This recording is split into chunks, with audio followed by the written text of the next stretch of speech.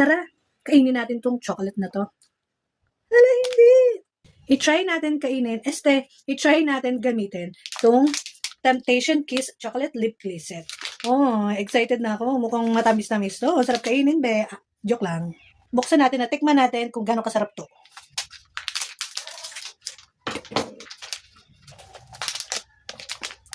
Wow, ang dami na niya.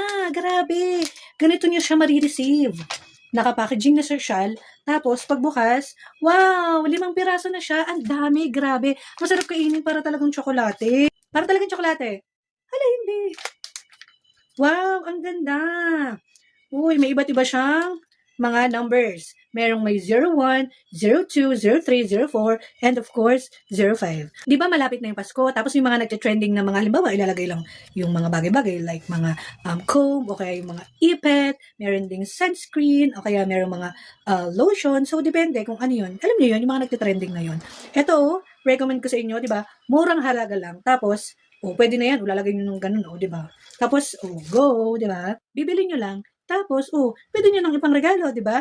Pwede nyo din gamitin pang personal. Tapos, di ba, may mga pamapamangkin kayo, o kaya inaanak, di ba, kung ayaw nyo yung pera yung ibigay, eto, ibigay nyo, di ba, magagamit talaga nila to, lalo na sa mga nag-office, sa mga pumapasok, hindi naman to heavy, light lipstick lang to. So, go.